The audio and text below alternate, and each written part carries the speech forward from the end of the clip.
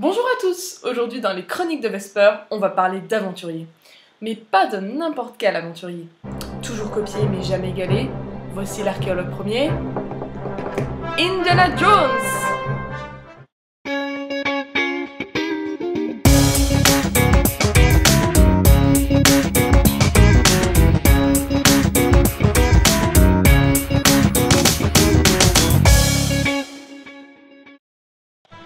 Vous connaissez tous Indiana Jones, pas la peine de vous faire un petit historique.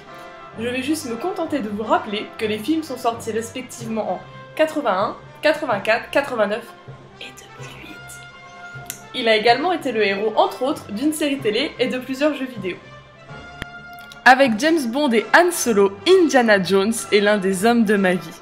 C'est dire tout l'amour que je porte à Harrison Ford et pourquoi La Dernière Croisade fait partie de mes films préférés.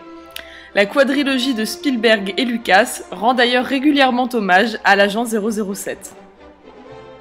George Lucas avait Indiana Jones, l'archéologue en quête de reliques au pouvoir surnaturel, en tête bien avant Star Wars. Peu de temps après la sortie du space opéra, Lucas se retrouve avec Spielberg sur une plage à Hawaï et ce dernier lui fait part de son envie de réaliser un James Bond. Lucas lui propose alors Indy, qui sera leur propre héros globetrotter, en hommage au serial des années 30 et du Tintin d'Hergé. Le réalisateur des Dents de la Mer s'est rattrapé en choisissant le meilleur des Bonds, Sean Connery, pour incarner le père de son héros, même s'ils n'ont que 12 ans d'écart. Mais ce n'est pas tout, car Alison Doody, l'interprète d'Elsa Schneider, est une ancienne James Bond girl. John Rhys-Davies, celui de Salah, est un ancien allié de Bond, tandis que Julian Glover, l'infâme Walter Donovan, un ancien méchant. Enfin, Henry Jones Sr. se fait tirer dessus à la fin de La Dernière Croisade avec un Walter PPK qui est l'arme mythique des Bonds. Mais bien sûr, ce sont les clins d'œil à Star Wars qui sont les plus sympas à trouver, les plus faciles étant ces deux-là. Je vous laisse chercher les autres par vous-même, ils sont assez connus. Tout comme en son temps le chien de Lucas, assis à côté de lui en voiture, l'inspira pour le personnage de Chewbacca, il donna son nom, Indiana, au nouveau héros de ces dames. Salah avait raison.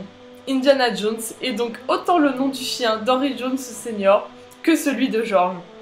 Il devait d'ailleurs s'appeler Indiana Smith, mais Spielberg a posé un veto car il ressemblait trop à Nevada Smith, nom du héros de Steve McQueen.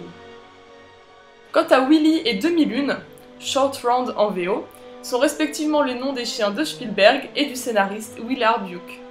Pour la peine, voici 5 anecdotes connues des fans pour pouvoir briller en soirée. C'est notre moustachu préféré, Mario! Non, pas lui, lui. Tom Selleck, qui était pressenti pour incarner Indy, mais il a dû refuser, car trop occupé par Magnum. Le fils d'Indiana Jones dans Le Crâne de Cristal, Mutt Williams, est nommé ainsi en hommage au compositeur attitré de Spielberg, John Williams. Kate Capshaw est depuis le Temple Maudit la femme de Spielberg et la mère de leurs 5 enfants. River Phoenix, qui incarne Indy jeune dans la scène d'introduction de La Dernière Croisade, a été choisi par Harrison Ford lui-même, car il a incarné son fils dans le film Mosquito Coast 3 ans plus tôt.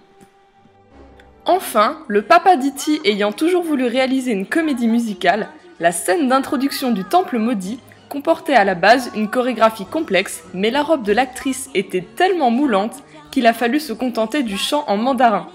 Cette robe, faite avec des sequins datant réellement des années 20 et 30, a d'ailleurs été partiellement mangée par un éléphant peu de temps avant le tournage de la scène. Et enfin, mon anecdote préférée qui a changé ma vision d'une scène apparemment anodine de La Dernière Croisade. Lorsqu'Harrison Ford et Sean Connery se retrouvent dans le Zeppelin assis à table, ils avaient tellement chaud avec leur tenue d'hiver qu'ils ont tous les deux décidé de tourner sans pantalon pour s'aérer un peu. Personnellement, c'est dans le monde vidéoludique que l'on a trouvé les deux meilleurs successeurs d'Indy, en la personne de Lara Croft et de Nathan Drake. L'héroïne de Tomb Raider a déjà rendu directement hommage au Temple Maudit dans une séquence mythique du 3e opus. L'aventurière est également partie à la recherche de la lance du destin dans un sous-marin allemand. La relique est également réputée pour avoir été convoitée par Hitler à l'époque, tout comme l'Arche d'Alliance et le Saint Graal dans les films du Dr Jones. Quant au héros d'Uncharted, c'est carrément Harrison Ford qui s'est chargé, manette en main, de faire la publicité pour le dernier jeu au Japon. Et c'est sur ces bonnes paroles que je vous dis au revoir! N'oubliez pas de partager cette vidéo si elle vous a plu, et à la prochaine!